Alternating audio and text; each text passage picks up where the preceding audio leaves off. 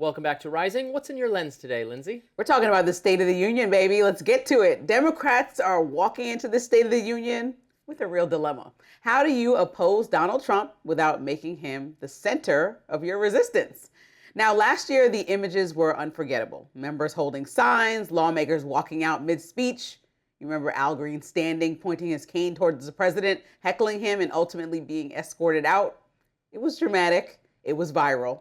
It also became the whole story. This year, Democratic leadership wants something different. What Hakeem Jeffries is calling, quote, silent defiance. Fewer theatrics, more discipline, but unity, that's still a work in progress. Some Democrats aren't even going at all. Here's what Senator Ruben Gallego said. Right now, this country is hurting. Whether it's what's happening in Minnesota, whether it's our families that are just trying to make every dollar stretch longer, whether it's veterans trying to make sure that their benefits aren't being cut by this administration. There's a lot of work to be done, and it's not going to happen in that chamber for 2 hours when the president's just going to be using, that bully pulpit as a way to just, push further and further his agenda. Now, Connecticut Representative Jim Himes is also skipping it, saying, quote, I've never missed the State of the Union, but I'm sick of Trump's lies, boasts, and attacks on our democracy. This Tuesday, I'll be at the People's State of the Union with Move On and Midas Touch, standing up for healthcare, affordability, and decency.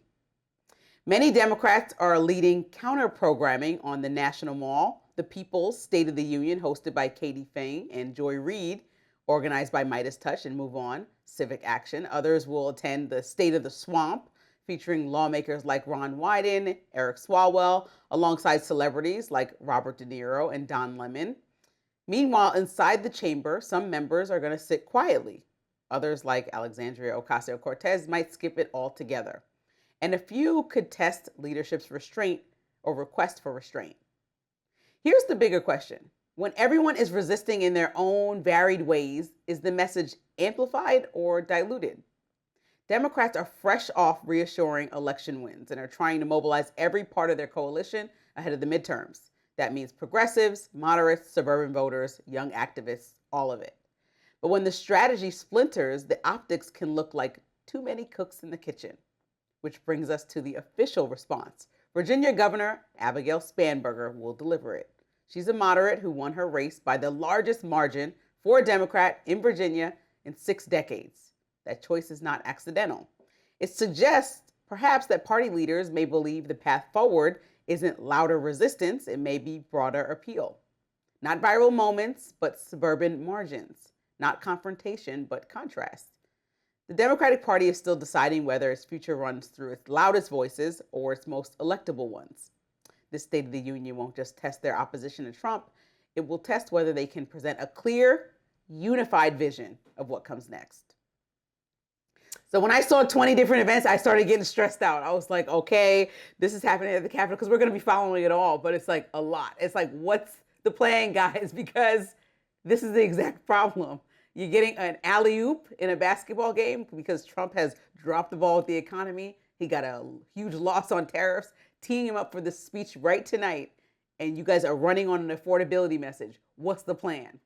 And they can't decide whether they want to just go in the AOC direction, Mamdani direction, skip the whole thing, meet him where he's at with the disrespect like Newsom is doing, or put somebody like Abigail Spanberger forward and say, we're going to be calm, cool, and collected. And I try to talk to people out there that are Democratic voters about what they like. I've been asking people that I know vote Democrat recently. And a lot of people don't want the theatrics. They really want somebody middle. As much as I'm entertained by Newsom, they're like, I just want somebody who's just going to bring us back to a little bit of normalcy. Abigail Spanberger, moderate, you say? Yes, that's what a lot of people have described her as. Well, that is what a lot of people have described And you're her just as. going to point to one agree with instance that. of what she did with what? Go ahead. Say the one thing that she did that makes her not moderate, please. May I? Yeah, I know. Go ahead.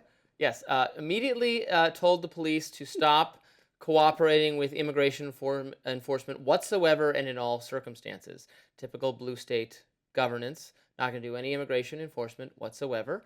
The previous orders had been not to, arrest every Latino-looking person on site, but there are violent criminals who are also legal immigrants being held. They'll alert the national authorities. Seems like a perfectly sane and moderate policy to me was the policy of her predecessor, immediately undone by this so-called moderate Abigail Spanberger.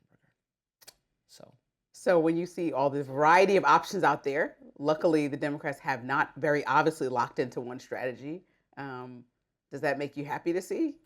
I mean, does it make you happy in a way that you think that benefits the Republicans? Not based on what the Democratic Party is doing, or Trump, or I don't care. I mean, these things are like very performative episodes that matter to us arch politico people, and many Americans will watch, and then we'll comment on the effectiveness of the zingers, of the delivery, and then we'll argue about policy as we do. And then we'll go on with our lives. It's kind of I don't think. But a lot of people that do the rebuttals for anyone. A lot of people that do their rebuttals end up extremely relevant, if you notice, in like the next presidency, like Marco Rubio. Yeah, it seems to me for the most part, people who've done the rebuttals are the people who the party expects to be a big deal, and then it often doesn't work out for them that way. So Marco Rubio got lucky in that regard. Yeah, I think he's the exception. Yeah, that kitchen. Katie Britt. Yeah, that was not She's good. Republicans themselves have turned on her. Republicans don't like her anymore. They think she's too moderate for whatever state she's in, Alabama. She's in a southern, deeply red state where you could have a very conservative, and she's only a little conservative. That's what Republicans are telling me. My concern for people that are looking for Alabama. Where's Katie Britt? Someone tell me.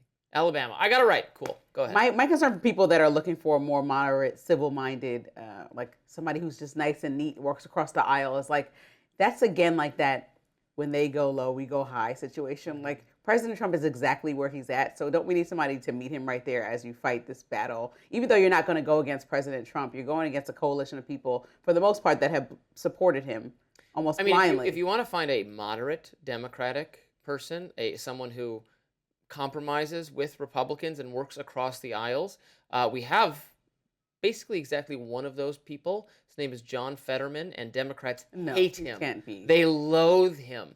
Democratic partisans, hate and loathe him. Independents quite like him. Republicans quite like him. He's gotten more popular in Pennsylvania over time, but Democratic primary activist type people despise him. But he is exactly as he is the moderate Democrat. Okay, how many Republicans are in Congress that y'all have called rhinos over and over again because they vote one way or the other? So John Fetterman is the exact example of a rhino Democrat. You know what I mean? Or dino.